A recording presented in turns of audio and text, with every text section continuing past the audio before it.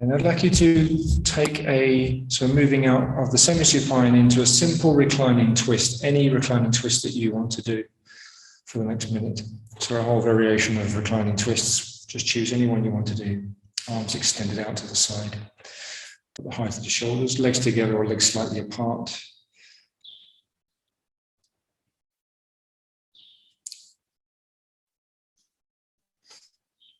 And we'll take 10 breaths on each side, and we're just going to do one on each side, just one reclining twist movement.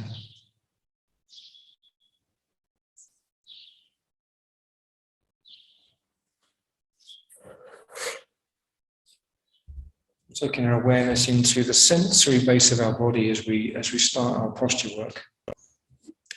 So with the breath and sensory base of the body, that's quite enough in a way. We can stay aware of those two areas throughout the practice. We're doing well.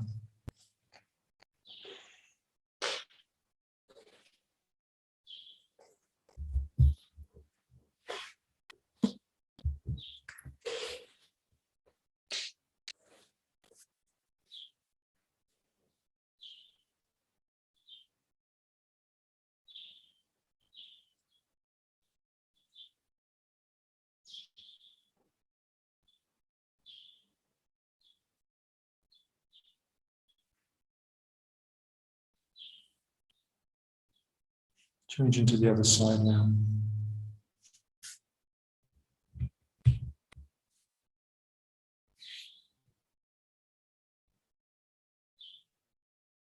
The principle here is to keep the spine relatively grounded through the shoulders and the upper back in particular. So the movement articulates the thoracic spine more than the lumbar spine. So we can think that we're doing a lumbar spine twist, but really that's not the idea. The idea is to articulate the pelvis to the perpendicular skeleton. It affects the upper spine.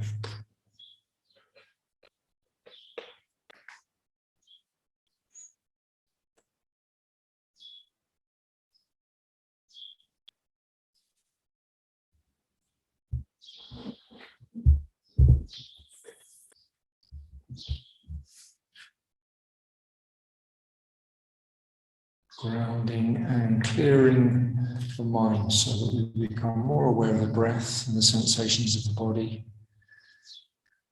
It becomes more dominant in your experience. And then back to the center, coming back into semi-supine position.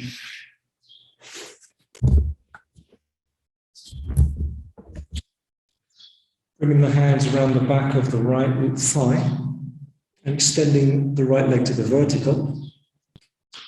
4 times we're going to let the heel come down to the floor, and on the in-breath, extend the right leg to the vertical, keeping the hands behind the back of the thigh the whole time, okay? Very simple movement. Extending to the vertical, reaching up.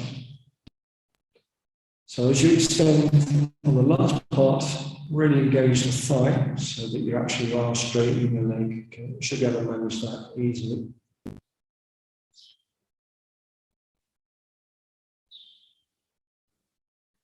And bringing it down, okay? One movement, one breath. Inhale, extend, exhale, lower the leg. Okay. Bring your hands around the back of the left thigh. Right foot on the floor. Inhale, extending the left leg to the vertical and down. Okay. With each in-breath, you extend.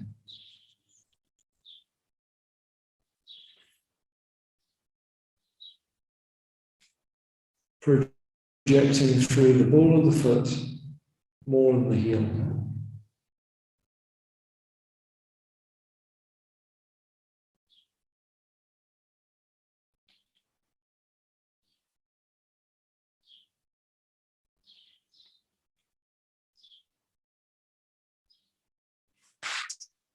Okay, left foot comes down. Take the hands around the back of the left thigh once again. Okay, I'd like you to interlock the fingers around the back of the thigh. Draw the thigh towards the body as much as you can, and then extend the leg towards the vertical. So slightly more challenging as a stretch. Okay, and then you're going to extend your left leg to the horizontal on the floor. So left leg extend to the horizontal along the floor. Stretch out your left leg, in other words. Yeah. And then bring the hands below the knee, towards the foot, so that the hands come to the back of the calf muscle, more to the calf muscle than the thigh. And then we're going to raise the head towards the leg on an out breath. Exhaling, picking up. Lifting the head, one smooth movement, engage the abdominals, keep the foot down on the floor, and see if you can lengthen through both legs. Okay, so the hands and the arms are very lightly just guiding the whole pose. You're not pulling yourself up with the arms at all. So I can even let go of my arms and I'm still here. Yeah.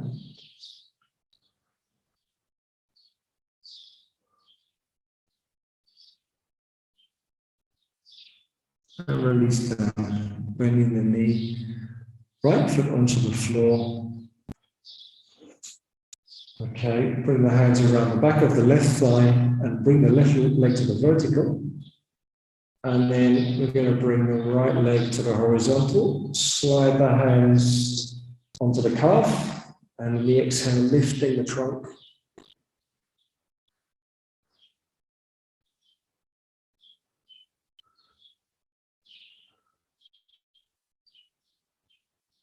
See what you can achieve there with lengthening and stretching the upper leg in particular.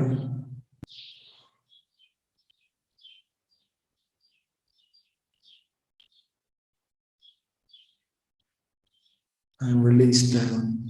Okay. And then come back into the semi-supine position for a moment.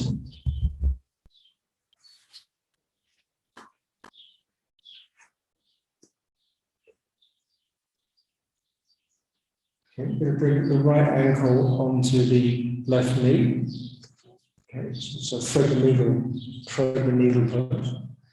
And then bring the knee in towards the body. Take the hands either behind the left thigh or on top of the left knee, whichever you prefer.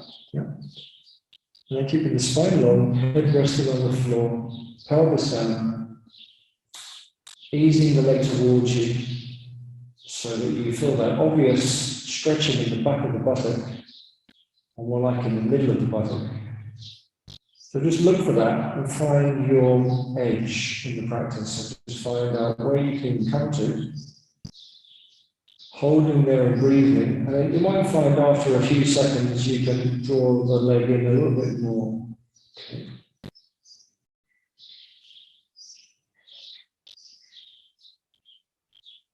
Staying connected to the thread of diaphragmatic breathing throughout the practice. Not losing touch with the breath, not losing touch with the breath nor the sensations in the body.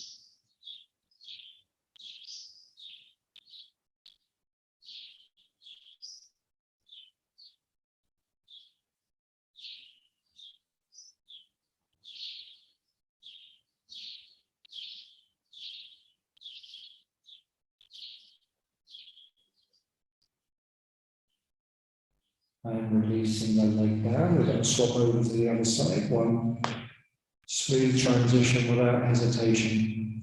Then bringing the opposite leg up again. Shoulder blades broadening out and bringing the back onto the floor so that we've definitely got the upper spine on the floor, the head with the eyes gazing upwards. And then bringing the leg in towards the body. Pelvis stays down. Really important not to lift the pelvis, nor the head.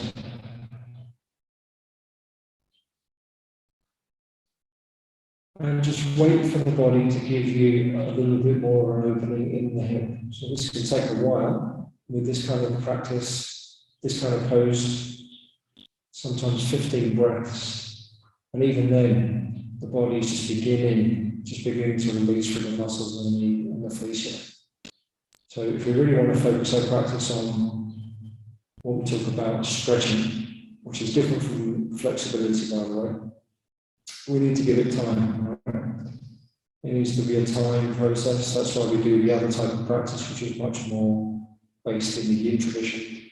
So we're working all areas of the body in different ways.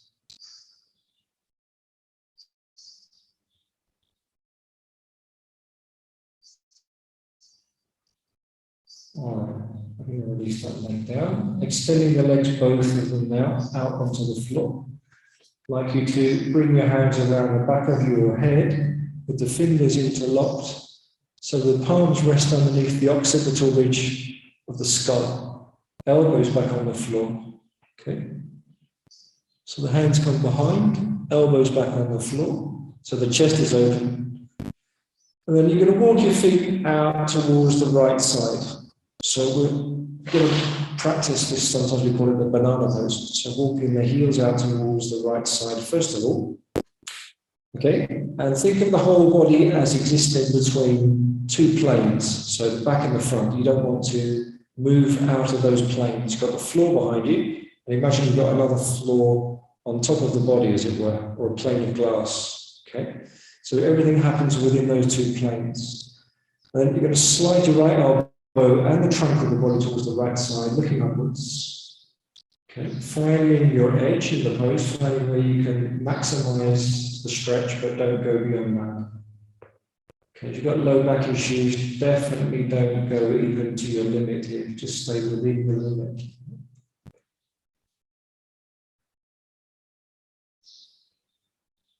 And we're going to focus on the breathing on the side that's more open. So on the left side of the body, there's more room and more expansion going on there. So we're going to focus on that area for 10 breaths.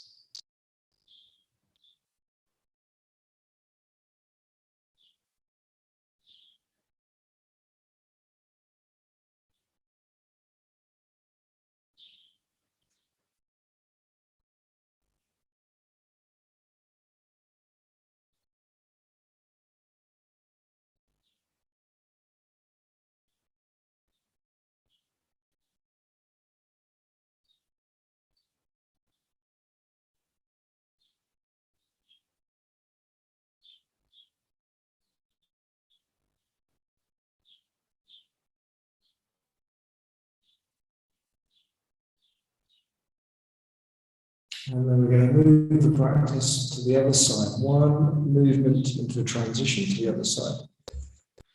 No hesitation. Just move straight in. Same practice. Opening up this time the right side of the body, so the right rib cage, much more open. Intercostals, internal, external, much more open and stretched. Head resting back on the hands, the arms are back on the floor. Two planes, and then focus on the breath on the right side. So you're expanding through the right side.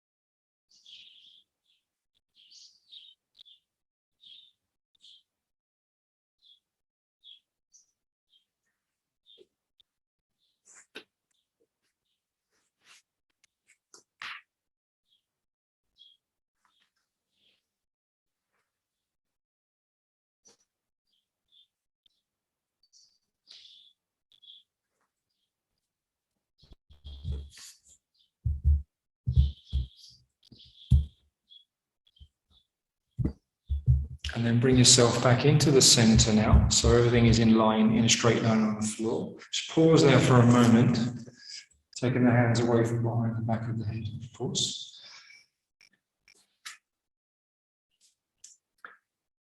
Bringing the knees now into the chest. And you might just like to cradle your knees, both hands, just rocking gently side to side.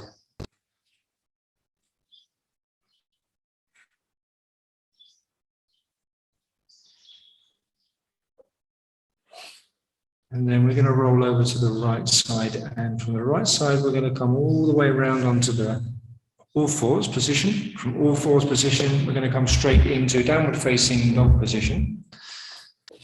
And now we're moving on to another phase of the practice. So grounding the hands, classical downward facing dog. Lifting through the hips, so the energy to come into the pose comes through the arms and through the pelvis, and then the legs engage to stabilize the pose afterwards. Yeah. So lifting the pelvis involves the legs, of course. Grounding the hands, taking the weight down through the hands evenly, bringing the head just inside the upper arm, so we've got the ears sort of level with the inside biceps. Lengthening the neck.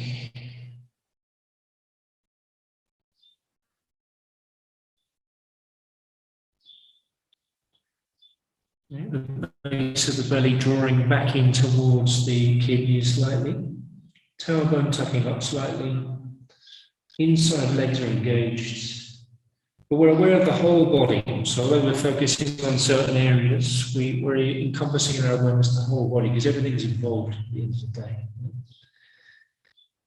Okay, walking forwards to the front of your mat, small steps.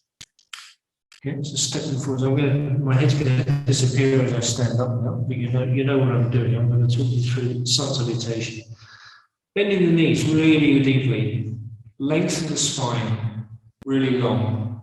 Okay, so we're setting up for Utkatasana. Okay, so bend the knees, first of all, lengthen the spine, and then come to standing from there, all the way up. Just my camera.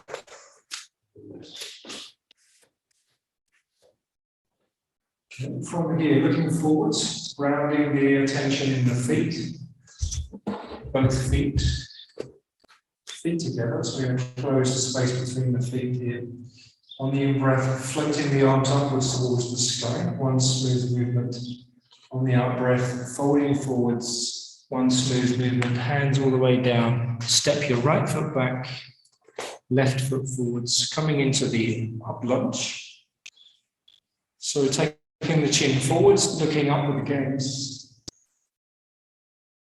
Okay, and then stepping your front foot back and coming down to, we talk about it as the 8-point pose. So you're lowering the chest, keeping the pelvis lifted, feet stay on the floor, chest comes all the way down, chin, hands, knees, sliding forwards into Bodhiyoga-26. From Bodhiyoga-26, chin tucks in, and we come back to downward facing dog.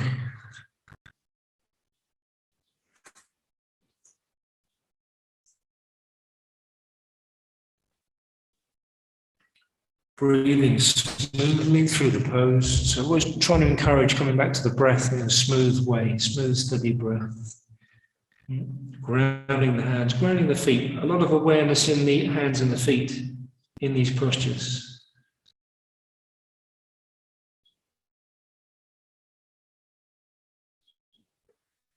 Looking forwards, transfer your weight more onto the hands and then step your right foot forwards, all the way forwards. One long step, left knee comes down, and we look up with the gaze. Chin comes forwards.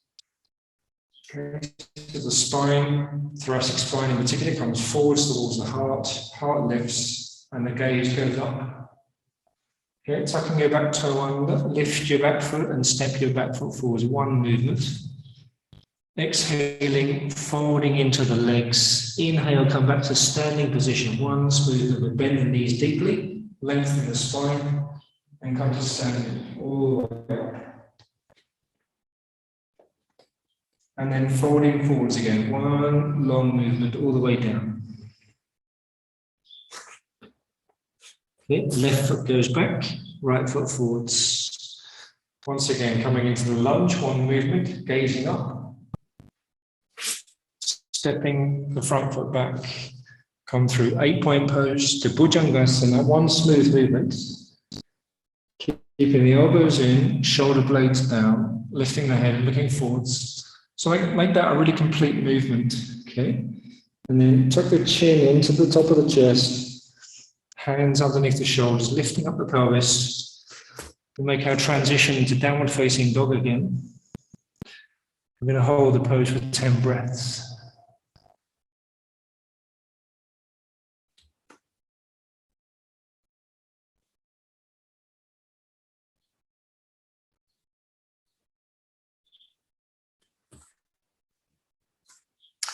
So I'm going to give time in the practice when I don't give instruction. I just want you to work on refining the posture when I'm not talking, okay? Because sometimes it's better you just find your way in the posture.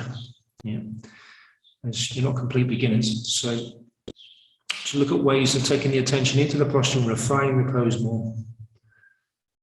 Just exploring different possibilities.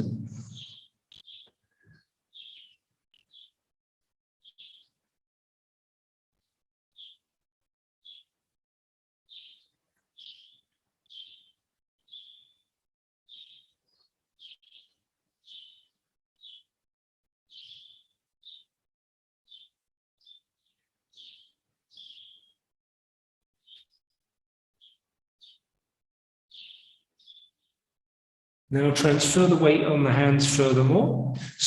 Pick up and step your right foot forwards, all one movement. Back knee goes down. Thoracic spine comes forwards to the heart. Chin comes forwards and we lift the eyes to the sky.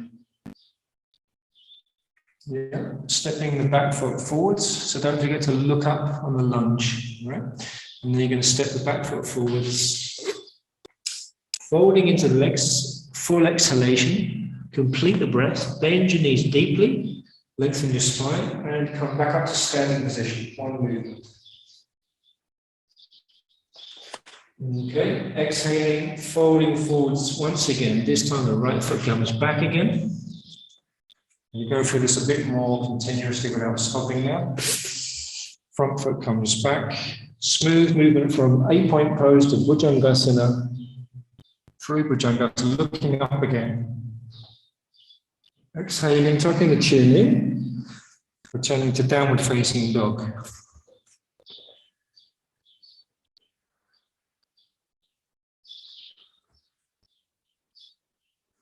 Grounding the hands, grounding the attention in the breath, in the sensations of the body. So it should be happening anyway quite naturally. As you practice more, you find that you become more engaged, sort of simplified in your attention. So we're going to try and keep the scope of the attention around sensation, Vedana, the Vedana of sensation, pleasant, unpleasant. We don't need to overly conceptualize that in our head. Right? It's just a direct experience, right? Just being aware is enough.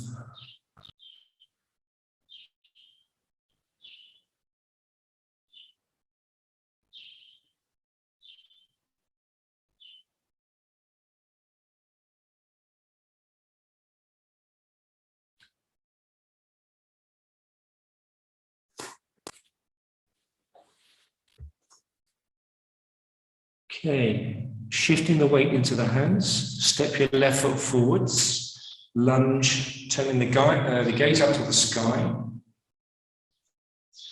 One last time, stepping the back foot forwards, folding the legs deeply, bringing the hands and the head above, and extending and straightening the legs. Okay.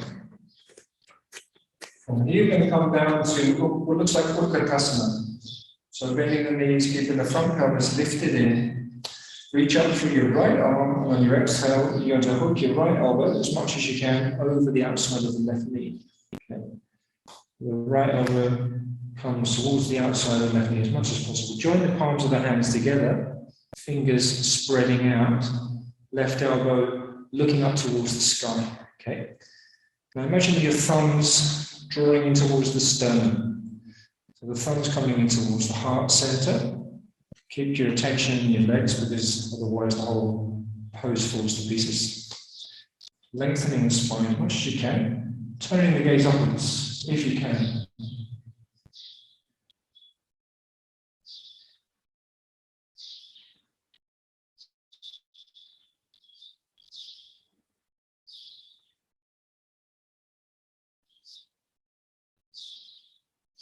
Good. Release. Exhale. Hands down. Step the feet back into downward facing dog pose.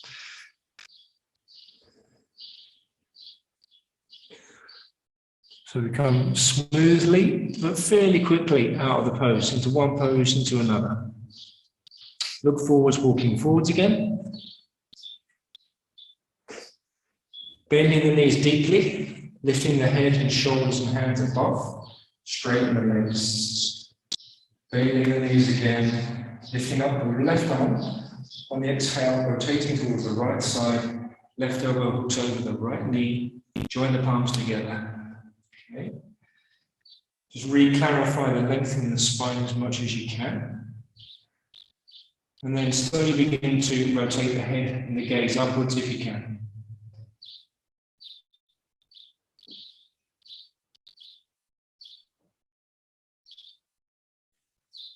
Right elbow looking upwards.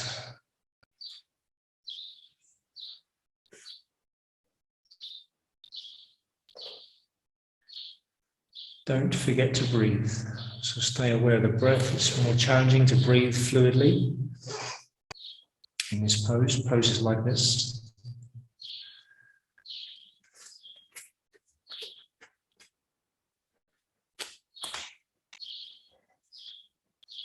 Okay, turning back to the center, hands down, walk the feet back into downward facing dog once again. I'd like you to just walk the feet straight back, lengthen the spine, draw the pelvis back. Working to lengthen the backs of the legs. Grounding the heels. Okay, from here we're going to bring the left foot in. About 45 degrees. We're going to step our right foot forwards as long as we can, so as wide a stance as possible. And then from there, so we've got tram line from the back arch through to the front heel, more or less. We're going to come up facing the long edge of the mat. So it's a transition into the beginning of Trikonasana. And then we're going to bring the arms up at the height of the shoulders, or a bit higher still, okay? Looking forward to the right side.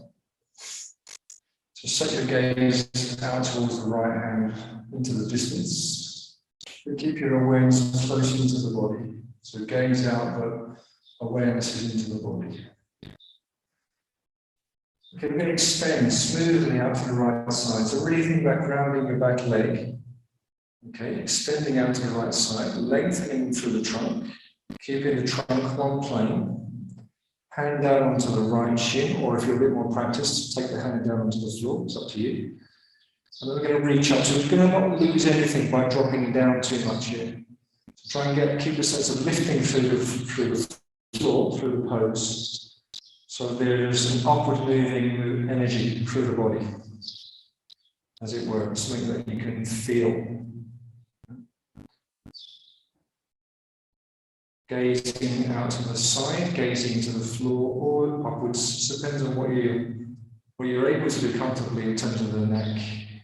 You don't want to frustrate the neck in the last part of the pose. So refining the pose is a way of finding a way of maintaining the posture whilst opening the joints, lengthening, grounding.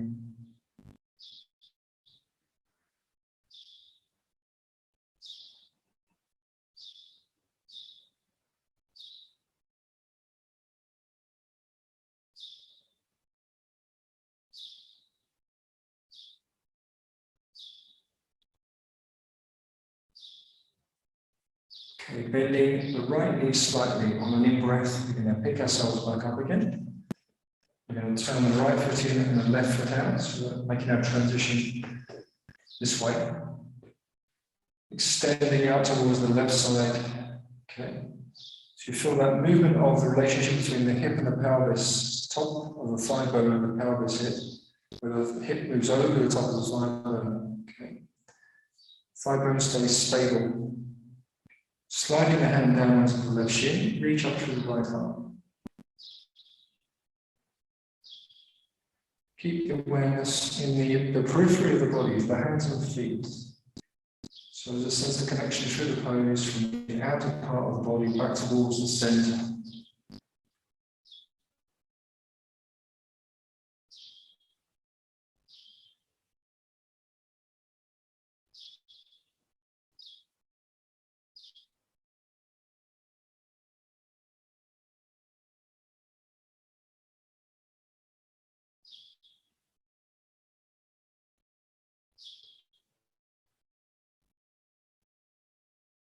Okay, softening your left knee, that just helps coming out of the pose in terms of the hip. Inhale, up you come, the in-breath carries us up. Rest the arms down for a moment, but we're going to turn ourselves to the other side, short edge of the mat, ready for bodhiyoga-26, a reverse triangle. Okay, so I've got the pelvis facing the short edge of the mat, different track lines. So we've got 2 track lines now.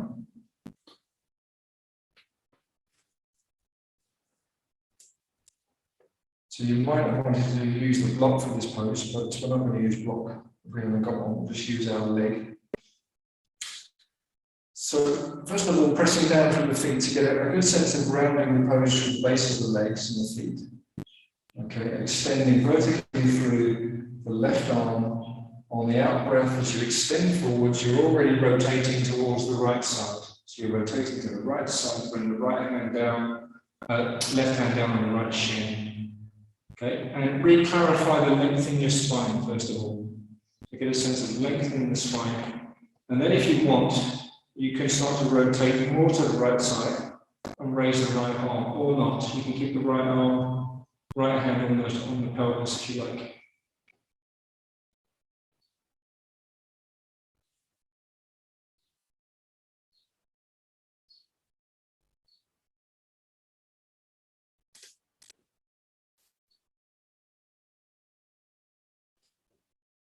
Just explore the pose within your own capacity, right? So it doesn't really matter whether we're doing the full expression of the classical pose or not. The main thing is to have the intention there to work through the different aspects of the pose. Find the place where you can hold the breath, work with the breath. The opposite, not hold the breath. Okay, look into the floor, keep the length of the spine.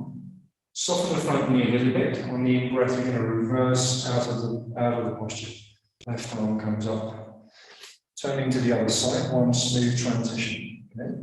So this time I'm going to come straight into the pose. Using the same principles, same setup.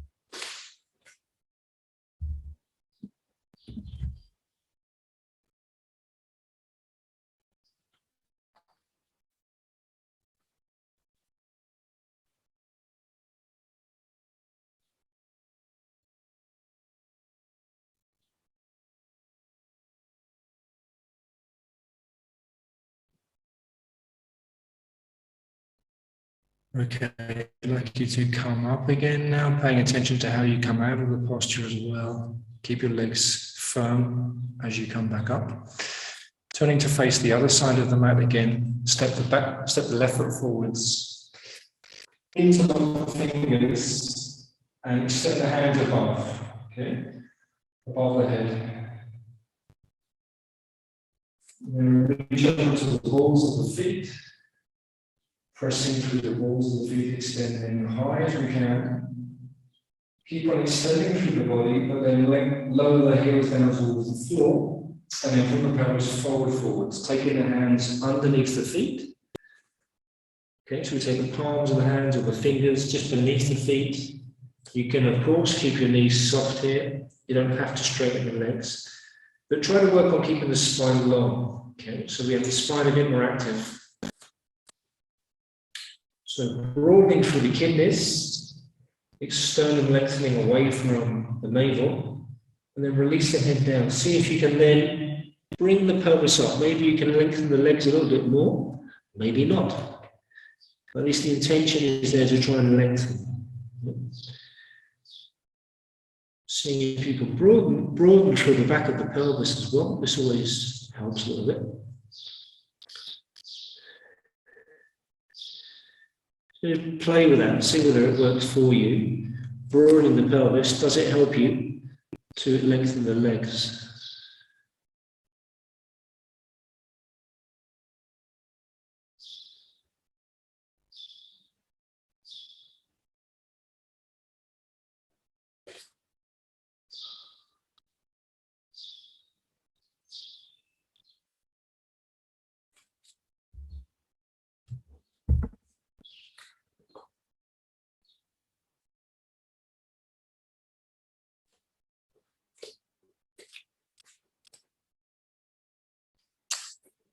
Okay, releasing everything down to the floor. Come into child pose for 10 breaths, not 8 breaths, 10 breaths.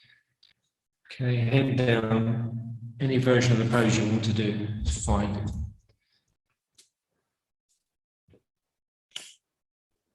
Now just letting go of the effort for 10 breaths. Come to a still point in the practice where we might just re-clarify our awareness, just broaden the awareness out through the body again. And then noticing the internal aspect of our experience. How are we? How's the mood? How's the state of mind? Has the state of mind changed in some way since the beginning of the practice?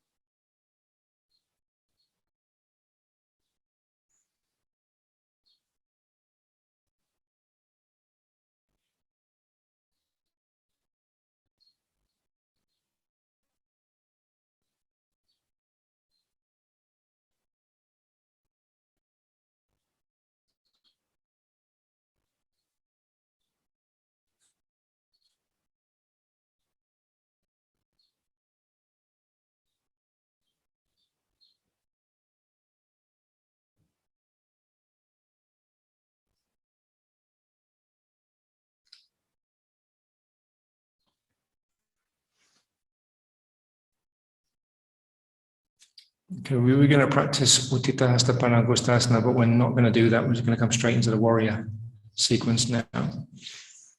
So we're going to extend the arms forwards, use this as an opportunity to come back into downward facing dog again. Lifting the pelvis, returning to the base pose. Okay, and then bringing your left heel in, step your right foot forwards. I like to bring my hands back a bit before I come up, because when I've got a wide stance like this, you can make the back feel a bit vulnerable. Okay, so without just coming straight up like that, you can even bend the front knee slightly, and if you need to, you can support the hands on the knee to lift you up. Okay. So once you're up with both legs straight, take the hands onto the hips, and then adjust your stance as much as you need to in terms of the length of your stance. Then releasing the front knee, lower the pelvis down, keep the back leg really straight, so there's a sense of power in the back leg. It's not sort of limply hanging out there, vaguely supporting the pelvis in some way. It's an expression of energy, as goes with the name of the series, the warrior. Okay, so the back leg is really, really strong in this pose, really rooted through the heel.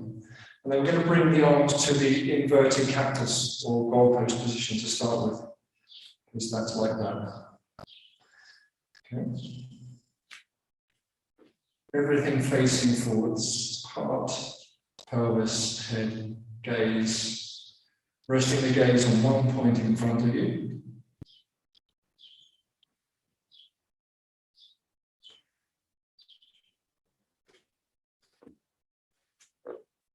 And then extending the arms above you, interlacing the thumbs, and then looking up if you like. So turning the gaze upwards.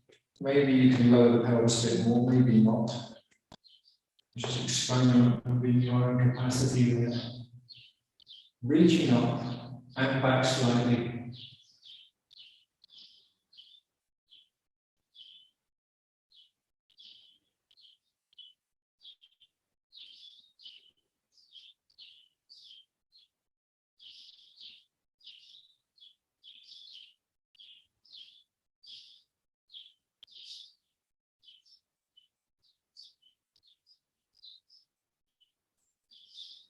And then straightening the front leg, release the arms down by the side. Turning the right foot in, the left foot out, one smooth transition to the other side.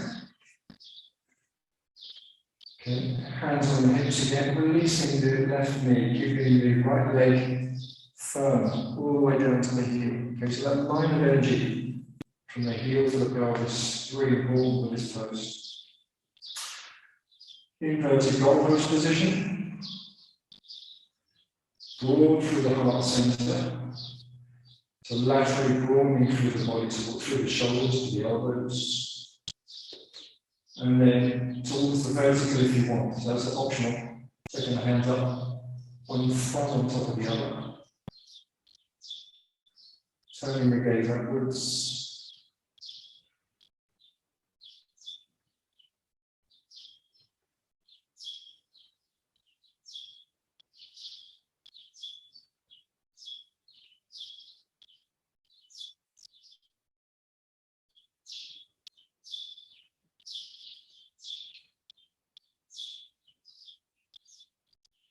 Release the arms down here.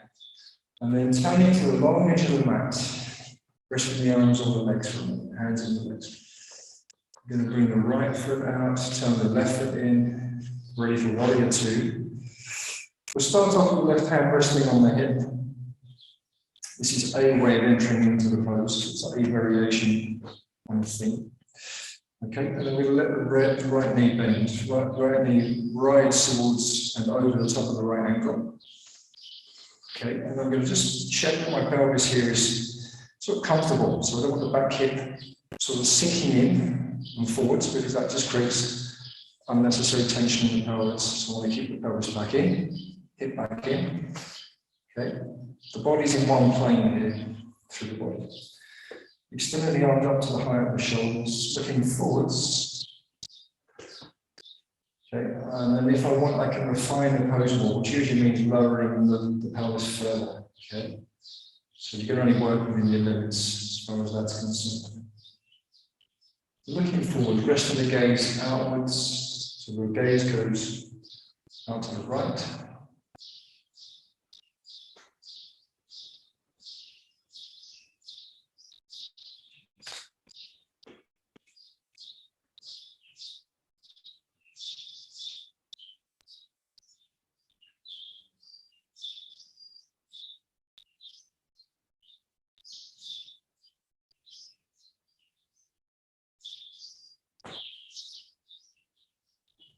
And we're going to push up and rest the arms, hands down onto the legs. Turn the right foot in, left foot out. Right hand resting on the hip. Just double check that the pelvis is in best position for the posture. So not dropping forwards and out, but more kept back in. Yes, that's more appropriate. Bending the front knee. Extending the arms out. And looking to the left, so just take your gaze in that direction. Keep your attention in the back arm, back hand.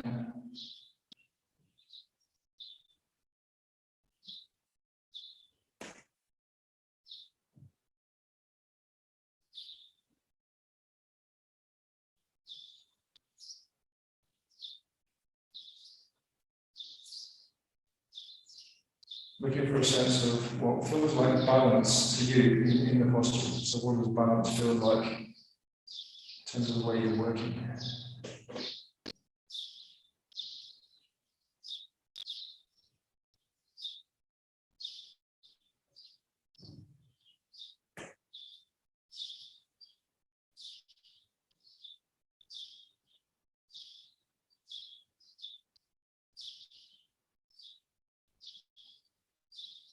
Okay, straightening the front leg. Turning to the long edge of the mat, release the hands down to the thighs for a moment. Let's take a pause there. And then close the space a bit between the feet. Turning that way, coming down with the hands on the floor. We're going to bring the front foot back and come into downward facing dog once again.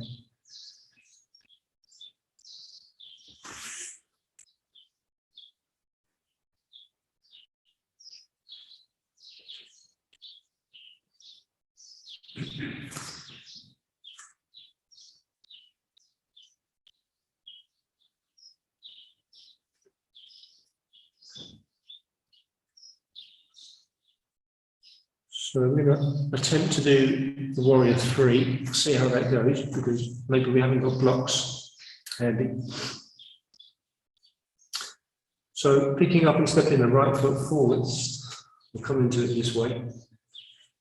I happen to have a bolster here, so I'm going to use that. Place my hands down on the bolster. Okay, walking the back foot in slightly, I'm going to use the distance between my legs as an advantage here, not having too wide, and the hands on the bolster to lift up. Okay, so lifting up, I come into the position where I've got the pelvis balanced, level, across the back. Okay. So take whatever you've got. If not, you'll have to bring your fingertips down onto the floor. Okay. So for some of us that might be enough, just to work with this, putting the weight above one standing might be enough. If you want to practice a bit more in an experienced way, then you raise one arm and then the other arm, and you see if you can float. Yeah. Balanced on one leg. It's a demanding pose, it's the most demanding standing pose there is. So just take that for as long as you want to practice that, and then come down. Okay, then your front knee, if you're ready to come out, back foot goes down. It's not going to be a pose you're going to want to stay in for more than a few seconds at a time. So I'd just like you to practice that a while on both sides. You can even do twice on both sides if you want short bursts of practice on both sides. It's an excellent hip strengthener. Okay. Practice on your own for the next couple of minutes. Coming to the pose, coming out of the pose, pay as much attention to coming out of the pose as you do coming into the pose. So really keep a sense of awareness as you come out of the posture. Just to avoid doing any damage.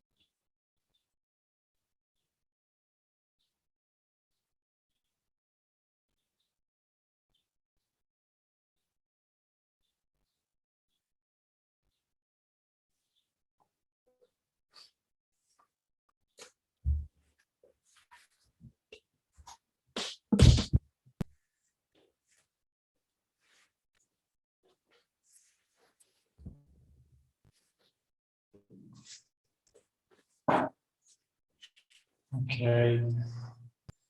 Let's see if the enthusiasm is waned. It's one of those poses, isn't it? But unless someone instructs you to do it, you're probably not going to choose to do it yourself. Come down to all fours then. I'm just going to have a little closing cycle. Yeah.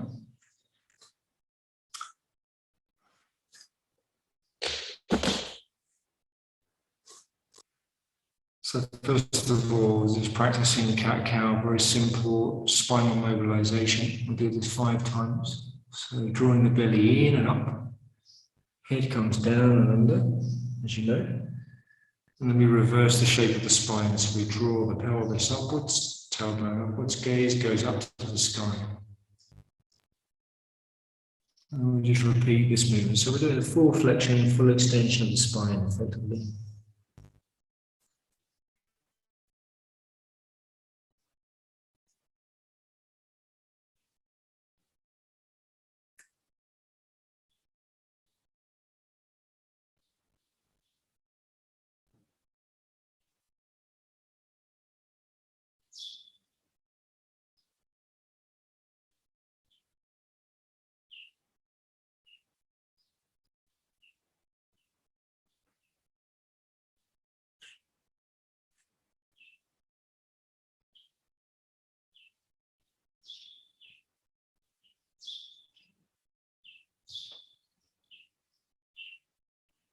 Okay, bringing the spine to a neutral position. Place your right hand down on the floor, just beneath your chest, so it's in the center on the floor. And then we're going to rotate from the left to the right side, twisting, extending the left arm out first, and then back to the center, and then the right arm out at the height of the shoulder.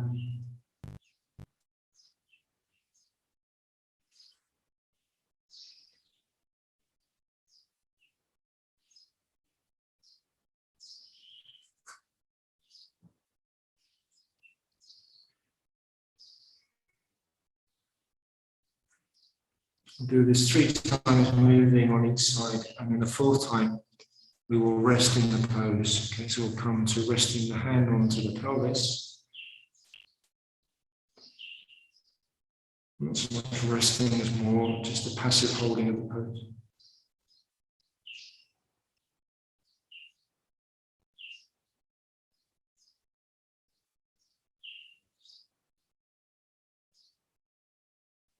And then smooth shift to the other side, one smooth transition to the other side.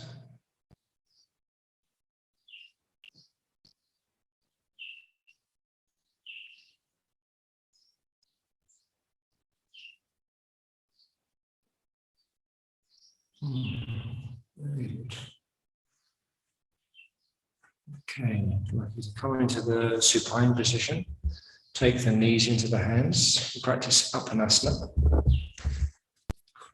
So lying onto the back.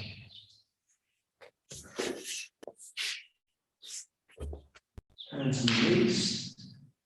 Apanasana is a very, very simple movement. Hardly any effort at all. Hardly any effort at all for the muscles. It's just a really simple mobilization. Hips.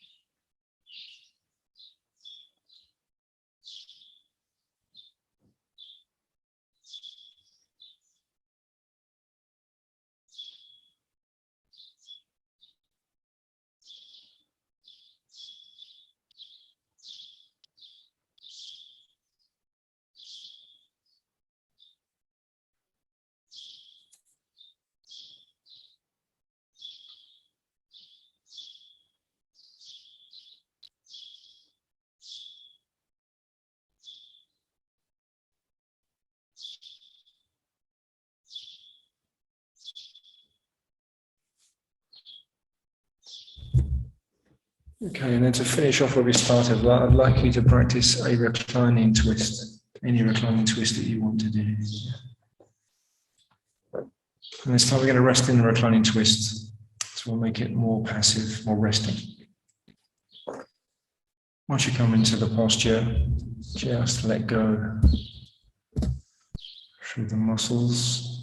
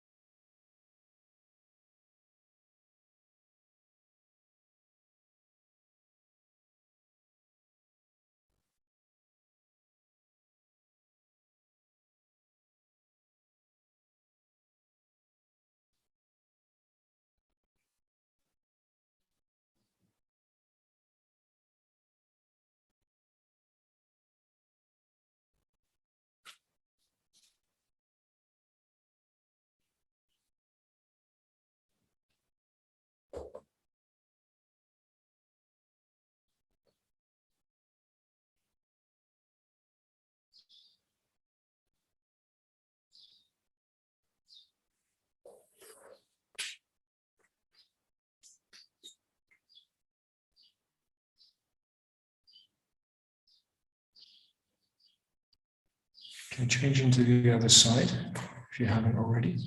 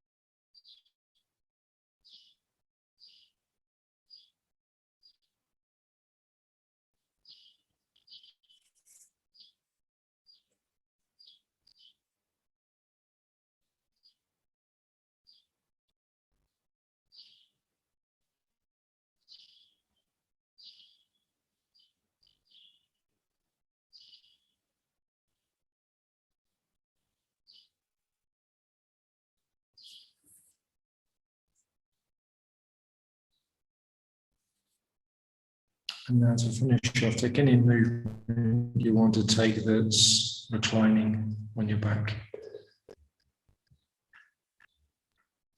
Any stretch, any movement. And then just come into semi-supine for a few minutes. Do a half shavasana.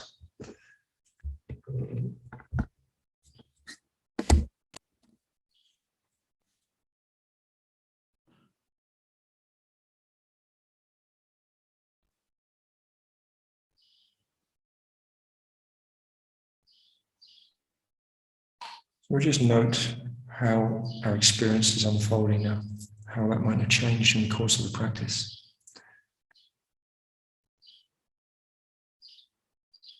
We're aware of our sense experience, which mainly means being aware of how sensation manifests, which it always does. It's always associated with our body and our mind. We notice the quality of the breath now that we're not trying to breathe in any particular way. So we just let the breath be as it is. So the breath should feel more internal and more present. Also just a bit softer.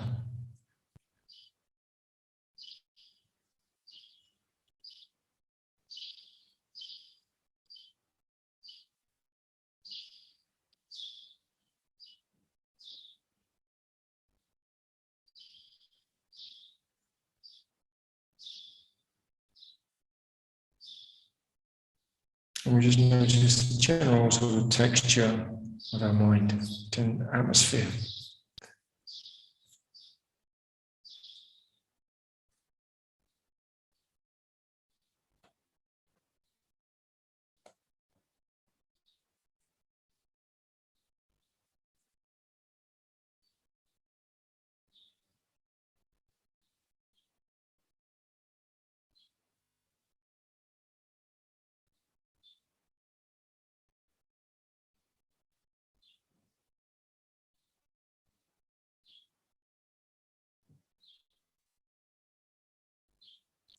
Letting go of any extraneous holding on, so the active part of the practice is done now.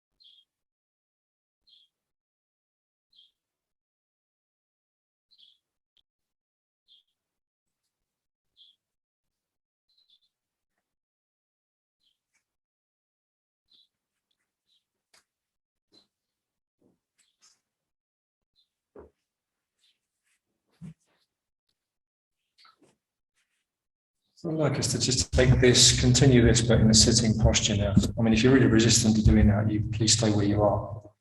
But otherwise, we'll come to a sitting posture. You can also do this lying down as well. It's up to you.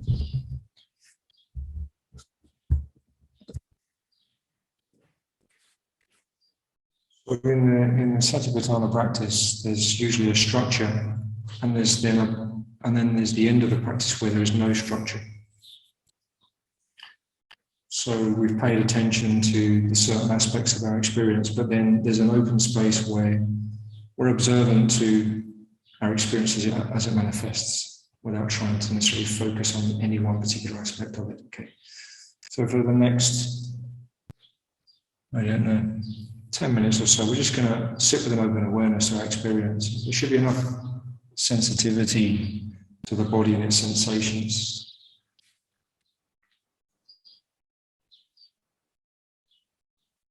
So we're not pointing the mind towards anything.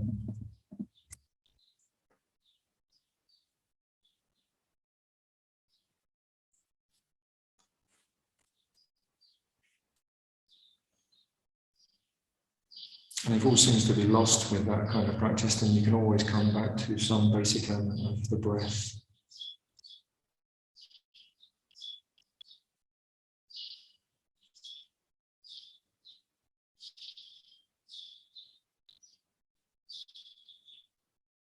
And within the breath, you can also find these different Sabbhagatana elements anyway. The breath reflects our mental state as Vedana associated with it.